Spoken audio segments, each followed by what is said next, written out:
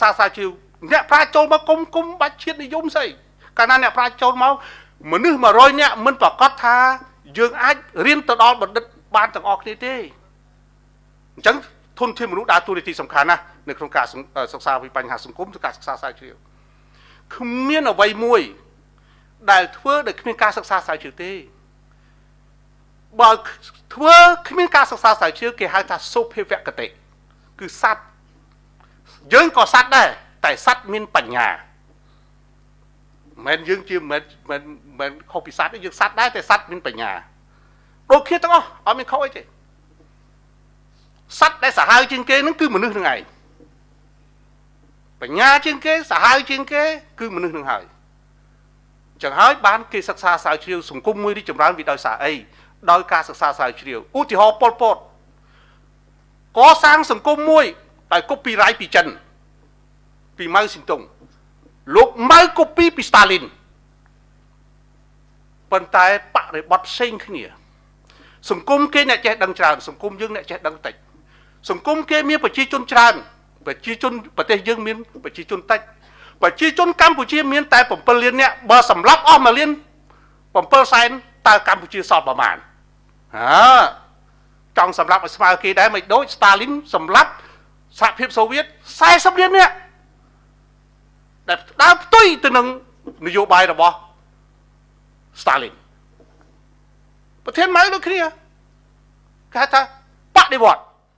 ប៉ុន្តែកម្ពុជាទៅសម្រាប់ចុងបាច់បានប្រជាជនមានតែ7លាននាក់បូកនឹងសង្គ្រាមទៀតអានឹងហើយកាសខ្វះការសិក្សាស្រាវជ្រាវខ្វះការសិក្សាស្រាវជ្រាវអត់បានទេដោយលោកបណ្ឌិតខានគាត់ថាជប៉ុនមុននឹងសរសេរនិកាយបទមួយត្រូវមើល100សភៅប្រទេសណាក៏ដូចគ្នាដែរប៉ុន្តែសំខាន់បុគ្គលនឹងធ្វើបានទេអត់ព្រោះគេខ្លាចជន់គ្នាវាខ្លាចវាអត់ល្អតែមួយប្រភេទការសិក្សាស្រាវជ្រាវតែមួយទេប៉ុន្តែតម្លៃនៃមនុស្សសិក្សាស្រាវជ្រាវវាផ្សេងគ្នាឧទាហរណ៍ខ្ញុំមុនឧទាហរណ៍ខ្ញុំធ្វើអីការសិក្សាស្រាវជ្រាវធ្វើឲ្យខុសកាន់តែតិចបំផុតមកវាមិនមែនសុក្រិតទាំងអស់ហើយប៉ុន្តែខុសវាតិចហើយខុសយើងអត់មានសោកស្ដាយទេពីព្រោះយើងបានដឹងវាដឹងឧទាហរណ៍ជាឧទាហរណ៍ជាក់ស្ដែងកាលពីខ្ញុំមកពីរុស្ស៊ីវិញខ្ញុំទិញដីនៅប៉ាសិតបងប្អូនខ្ញុំក៏ថាអានេះរៀនដល់បណ្ឌិតទៅទិញប្រៃហិតប្រៃហោងប៉ុន្តែខ្ញុំបានសិក្សា4ចំណុចទី1ខ្ញុំសិក្សាប្រវត្តិសាស្ត្រទី2ខ្ញុំសិក្សាពីកំណើនរបស់ប្រជាជនទី3ខ្ញុំសិក្សាពីការរីកចម្រើននៃទីក្រុងទី4ខ្ញុំសិក្សាអំពីចរន្តនៃសកលភាវូបនីយកម្មបាទហើយខ្ញុំសិក្សាអំពី slide business អញ្ចឹងក្រោយមកខ្ញុំមិនហ៊ានថាទេខ្ញុំមិននិយាយទេអាចសិក្សាទៅ1ហិកតា2000ឥឡូវ1ហិកតា1លាន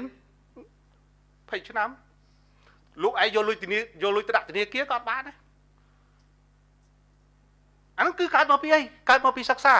ប៉ុន្តែអ្នកខ្លះគាត់គ្រូទេស្រាវជ្រាវប៉ុន្តែគាត់មានតែទិសស្អីក៏អនុវត្តអញ្ចឹងការសិក្សាស្រាវជ្រាវភ្ជាប់នឹងការអនុវត្តអញ្ចឹងហើយបានរដ្ឋសភាកែព្រោះកាលណាខ្ញុំធ្វើអីខ្ញុំសាកមើលគឺទ្រឹស្ដីផ្សារភ្ជាប់នឹងអនុវត្តភ្ជាប់នឹងការស្រាវជ្រាវហើយត្រូវតែមានការអនុវត្តមានលទ្ធផលកុំអានេះសាស្រាវជ្រាវមួយចងក្រងយកគម្រោងយកមកចាយលុយអានឹងអត់បានជោគជ័យទេអត់បានជោគជ័យទេឧទាហរណ៍ខ្ញុំចាប់ឈើពីម្សិលមួយថ្ងៃខ្ញុំចេញការសិក្សាស្រាវជ្រាវអស់រយៈពេលយូរហើយខ្ញុំសូមអរគុណប៉ូលីសនៅព្រែកភ្នៅធ្លាប់តែចាប់ខ្ញុំរាល់តែម៉ោង9យប់គាត់ចាប់តែចេញគាត់ចាប់តែថ្ងៃហ្នឹងខ្ញុំសុំទូគាត់ថាខ្ញុំមានការប្រញាប់សុំកុំចាប់ខ្ញុំ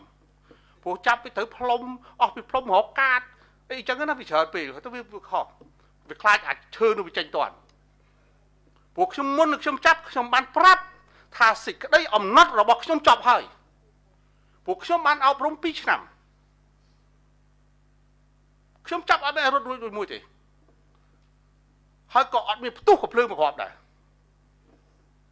ព្រោះការសិក្សាស្រាវជ្រាវបានសិក្សារួចអស់ហើយប្រភេទណាធ្វើម៉េចប្រភេទណាទៅធ្វើម៉េចហើយចាត់ទៅពេលណាអញ្ចឹងខ្ញុំប្រើក្នុងដី360គីឡូខ្ញុំប្រើតែ3ម៉ោងកន្លះគឺខ្ញុំបើកខ្លួនឯងខ្ញុំទៅចាប់ឲ្យបានដើម្បីប្រាប់គាត់ព្រោះយើងលេងគាត់5ដងរួចទៅហើយអាហ្នឹងគឺកើតមកពីអី ការសិក្សាស្រាវជ្រាវធ្វើការសម្រេចចិត្តអត់ខុសទេអត់ខុសទេអត់ខុសទេអត់ខុសទេដូចលោកគ្រូលោកបណ្ឌិតលោកមានប្រសាសន៍ថាការសិក្សាស្រាវជ្រាវទៅការអំណត់ស្អីក៏អំណត់ដែរគាត់ថាម៉ោង3ម៉ោង5ក្រោកជួនកាលគ្រូដើរស្អីក៏អំណត់ដែរអ្នកកាប់ជ្រូកថាព្រលឹមឡើងម៉ោង4ត្រូវតែកាប់អាអ្នកច្បាច់ទឹកដោះគោម៉ោង3ឡើងងើបបើមិនខុសពីហ្នឹងក៏អត់បានដែរវាដូចគ្នាទាំងអស់ស្អីក៏ដោយត្រូវការបដិញ្ញាចិត្តអ្វីក៏ដោយត្រូវតែត្រៀមខ្លួនថាខ្លួនត្រូវធ្វើអីបើយើងមិនត្រៀមខ្លួនទេមិនជោគជ័យទេអញ្ចឹងបានអ្នកខ្លះបរោះក៏ត្រូវដែរខំធ្វើអីបើម្នាក់ត្រឹមតែមកកាពះសោះខំធ្វើអីប៉ុន្តែកាពះពីណាកាពះនាយករដ្ឋមន្ត្រីកាពះប្រធានាធិបតីកាពះអ្នកស្រែឬក៏កាពះអុកញ៉ាកាពះអ្នកស្រែខូចតែអានេះរុំក្តាមទេបានតែក្តាមមួយមកបេះមកអមមកតគួនបដៃមករួចមកកាពះអុកញ៉ាអាចអស់បឹងអាចអស់ភ្នំអាចអស់ព្រៃឈើមកកាពះប្រធានាធិបតីអាចអស់ប្រទេសមករាប់មើលអានេះនៅមជ្ឈមបូព៌ាបាព្រោះខ្ទេចបាត់ឃើញកើតពីអីការស្រាវជ្រាវហើយមនុស្សម្នាក់មិនមែនចេះបានទៅទាំងអស់ទេដោយលោកបណ្ឌិតលោកវិសាថាអ្នកការទូតត្រូវយល់ប៉ុន្តែស្ថាប័នសិក្សាស្រាវជ្រាវរាជបណ្ឌិតសភាត្រូវដើរតួនាទីទូតធ្វើកិច្ចការទូតតែរាជបណ្ឌិតសភាមានស្ថាប័នពាក់ព័ន្ធទាំងអស់ត្រូវទទួលខ្លួនខុសនៅពេលអត់ដឹងជប៉ុនប្រើអាលឹកពេលណាអត់បន្ទោសអ្នកទូតទេតែបើសិនជាការទូតនយោបាយធ្វើមិនកើតអានឹងបានពួកការទូតអានឹងឯកឧត្តមនុតសវត្តគាត់នៅមុខហ្នឹងហើយជប៉ុនធ្វើពេលណាកូរ៉េធ្វើពេលណាឥណ្ឌាពេលណាមកសួររាជបណ្ឌិតសភាចង់ដឹងពីមីក្រូរ៉ាញ់ធុរាជបណ្ឌិតសភាប្រាប់ភ្លាមចង់ដឹងពីស្អីក៏បានដែរនៅពេលខាងមុខនេះយើងនឹងបោះកូវីដមួយដែលមានកម្រាស់យ៉ាងច្រើនបំផុតដែលយើងទៅសិក្សាពីព្រោះមានស្ថាប័នព្រោះរាជបណ្ឌិតសភាជាស្ថាប័នមួយប្លែកមិនមែនជាមន្ត្រីសាធារណៈទេគ្រាន់តែមកចុះហត្ថលេខាហើយយកប្រាក់ខែទេរាជបណ្ឌិតសភាត្រូវតែយកលទ្ធផលយកសមិទ្ធផលលទ្ធផលសមិទ្ធផលនឹងការស្រាវជ្រាវដើម្បីយកធាតុចូលទៅឲ្យរដ្ឋាភិបាលនិងស្ថាប័នពាក់ព័ន្ធដោយលោកស្រីគាត់និយាយថាគាត់30នាក់ធ្វើការ8ម៉ោងឡើងវិញពួកខ្ញុំ300នាក់ហើយនឹងបន្តបង្កើនទៀតជួនកាលគេងខ្ញុំគ្រប់ត្រ3ម៉ោង2ម៉ោងពីម្សិលមួយថ្ងៃខ្ញុំ1ម៉ោងក៏អត់បានផងតែ1ម៉ោងគ្មានផងព្រឹកជួបទូតគុយបាល្ងាចចូលរួមជាមួយទូតឥណ្ឌាម៉ោង9ទទួលទូរស័ព្ទភ្លាមមានអ្នកកាត់ឈើឡើងទៅភ្លាមព្រោះកុំឲ្យខុសអំណងការសិក្សាស្រាវជ្រាវម៉ោង8ចាប់បានភ្លាមនាំចេញភ្លាមហ៎ចឹងគេចោទសួរទៀតណាគេថាមិនក៏មិនឲ្យទៅស្ថាប័នពាក់ព័ន្ធយកទៅវាខុសនឹងច្បាប់ព្រោះរាជបណ្ឌិតសភាមិនមែននគរបាលយុតិធម៌ទេប៉ុន្តែរាជបណ្ឌិតសភាបានស្រាវជ្រាវរួចហើយថាបើឲ្យទៅគេនឹងពិន័យគុណនឹង3ត្រាក់គោយន្តទៅវិញគាត់នឹងគុណនឹង3កាត់ឈើមក3ដងដើម្បីឲ្យរួចអាថ្លៃគាត់ពិន័យនេះចឹងអត់ទាន់ឲ្យទុកសិនព្រោះរដូវនេះអត់មានធ្វើអីទៀតទេតឡងក៏គាត់ហើយស្រូវក៏ប្រមូលហើយដែរបើឲ្យទៅទៀតគាត់ទៅទៀតពិន័យ3ដងគាត់កាត់ឈើ4ដងដើម្បីឲ្យរួចអាពិន័យហ្នឹងទុកសិនព្រោះសិក្សាស្រាវជ្រាវមិនមែនខ្ញុំចង់បានគោយន្តហ្នឹងទេហើយក៏គ្មានធ្វើអីដែលគ្មានការស្រាវជ្រាវដែរស្រាវជ្រាវទាំងអស់ដើម្បីកុំឲ្យគេកាត់ឈើត្រូវមានមុខរបរចំណូលគាត់ប្រមាណចំណូលគាត់បាន8000យើងឲ្យដល់25000ក្នុងមួយថ្ងៃប៉ុន្តែកាប់ឈើវាស្រួលកាប់ឈើម្ដងគាត់ដេកបានមួយអាទិត្យតែបើធ្វើការឲ្យរាជបណ្ឌិតសភាគាត់ធ្វើការរាល់ថ្ងៃតែខុសគេកាត់ប្រាក់ខែមួយណាស្រួល ចឹងការសិក្សាស្រាវជ្រាវអញ្ចឹងគេបង្កើតសួរថាយ៉ាងទៅគេត្រូវតែបង្កើតច្បាប់ដើម្បីយកច្បាប់មក apply ទៅការសិក្សាស្រាវជ្រាវដើម្បីឲ្យឆ្លើយតបទៅនឹងស្អីដែលយើងប្រតិបត្តិកុំឲ្យខុសគិតទៅខ្ញុំអរគុណប៉ូលីសដែលមិនចាប់ខ្ញុំព្រោះលបឿនដល់ទៅ140គិតមើលទៅដី360គីឡូបើកតែ3ម៉ោងកន្លះតែពិត3ម៉ោង20នាទីទេតែអរគុណដែរដែល Ford មាន sensor ព្រោះយើងដាក់ sensor ឲ្យគាត់ចាត់ចែងអាហ្នឹងគឺខ្ញុំគ្រាន់តែជម្រាបជូននិយាយមិនបាទខ្ញុំនិយាយខ្ញុំមិនបិទបាំងទេចង់ឲ្យអ្នកកាប់ត្រូវតែគោរពសូមឲ្យអ្នកបំផ្លាញទៅឲ្យគោរពពីព្រោះចង់អោបដើមឈើ4អោបត្រូវការ300ឆ្នាំចៅខ្ញុំក៏អត់ទាន់ដែរចៅទួតខ្ញុំក៏អត់បានដែរទួតចៅលួតបានចុះបើទុកឈើនឹងអោបថតទាំងអស់គ្នាថ្ងៃក្រោយគ្រួសារយើងអ្នកខ្លះអនាគតគ្រួសារមានតែ3ឬ4នាក់ទេយកកូនយ៉ាងច្រើនតែ2អញ្ចឹងទៅអោបនឹងដើមឈើមួយថតផ្ញើទុកអនុស្សាវរីយ៍បរទេសមកគេថតទុកដើម្បីជាមរតករបស់ធម្មជាតិនៃប្រទេសយើងខ្ញុំធ្វើមិនមែនសម្រាប់ខ្ញុំទេហើយបើធ្វើរាជបណ្ឌិតសភាយកព្រៃឈើមកអភិរក្សហើយអភិរក្សមិនបានយកមកធ្វើអ្វីនេះហើយជាការសិក្សាស្រាវជ្រាវបរិស្ថានសិក្សាស្រាវជ្រាវផ្នែកកសិកម្មសិក្សាស្រាវជ្រាវផ្នែកអភិរក្សសិក្សាស្រាវជ្រាវទៅលើវប្បធម៌នេះគឺជាការសិក្សាស្រាវជ្រាវសូមអរគុណខ្ញុំជឿជាក់ថាគ្មានការស្រាវជ្រាវយើងនឹងធ្វើកិច្ចការមួយស្មើនឹងសត្វដែលគ្មានបញ្ញាយើងជាមនុស្សដែលសត្វមានបញ្ញាធ្វើអ្វីមួយត្រូវតែការស្រាវជ្រាវគ្មានការស្រាវជ្រាវយើងនឹងជួបបរាជ័យបើជួបជោគជ័យគេហៅថាទេវតាផ្ដល់ឲ្យតែបើយើងមានការសិក្សាស្រាវជ្រាវមិនមែនទេវតាធ្លាក់ពីលើមេឃទេគឺបានគិតគូរឲ្យស្រេចពិសេសប្រទេសរីកចម្រើនគឺមុននឹងធ្វើអីគេធ្វើការសិក្សាស្រាវជ្រាវគេបោះថវិកាការស្រាវជ្រាវគ្មានបានចំណេញទេប៉ុន្តែវាអាចគេចពីគ្រោះថ្នាក់បានតិចថាយើងស្រាវជ្រាវតិចមិនក៏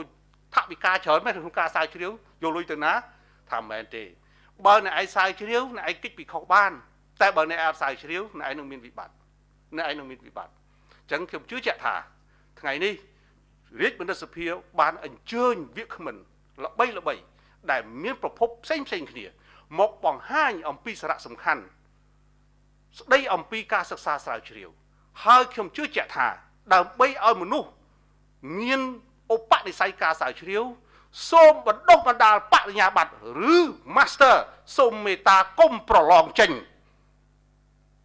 សូមឲ្យធ្វើសារណាឧទាហរណ៍ខ្ញុំទៅរៀននៅប្រទេសរុស្ស៊ី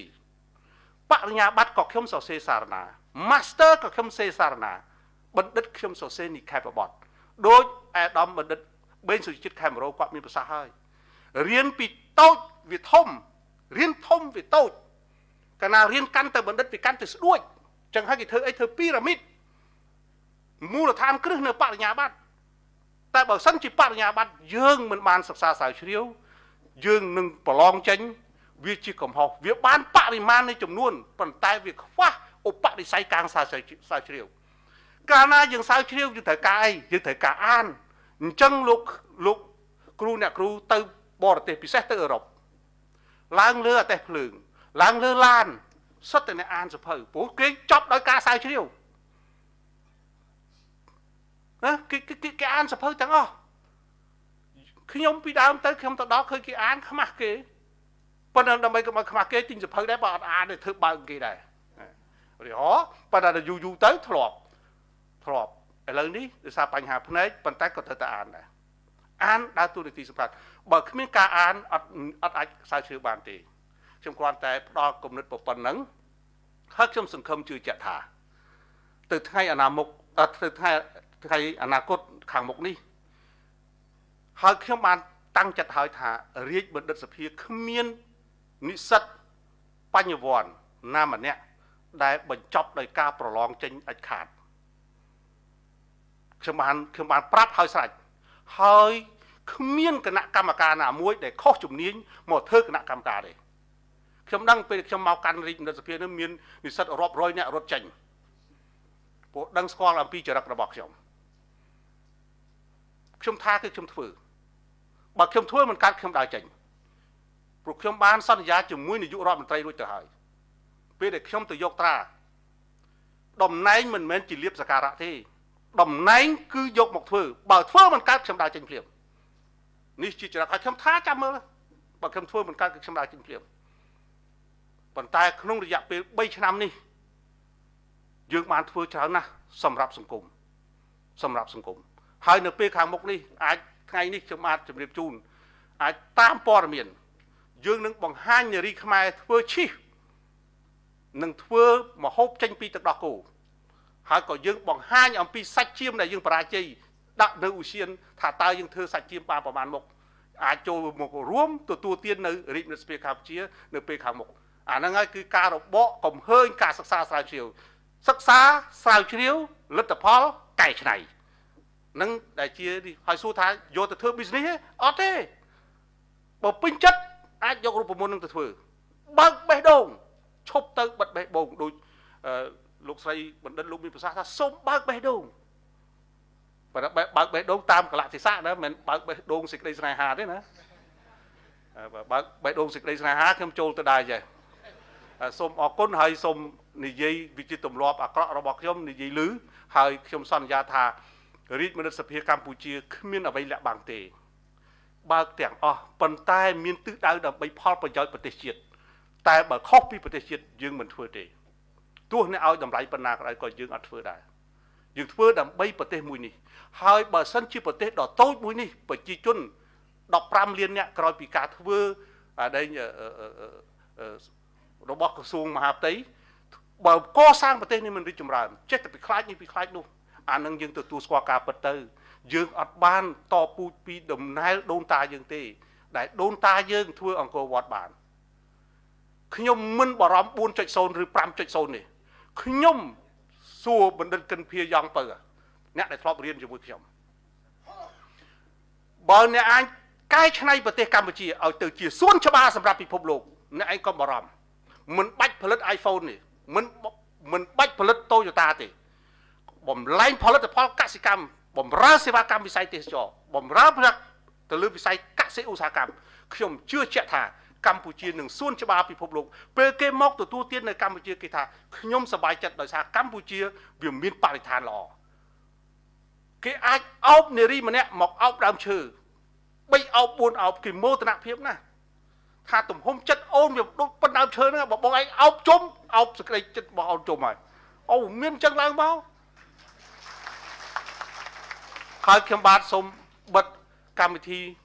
ចាប់ពីពេលនេះទៅហើយសូមអរគុណវាគ្មិនទាំងអស់ដែលមានវត្តមាននៅទីនេះហើយខ្ញុំជឿថាវាគ្មិននេះគឺសិតតែអ្នកដែលមានបទពិសោធន៍ក្នុងឆាកជីវិត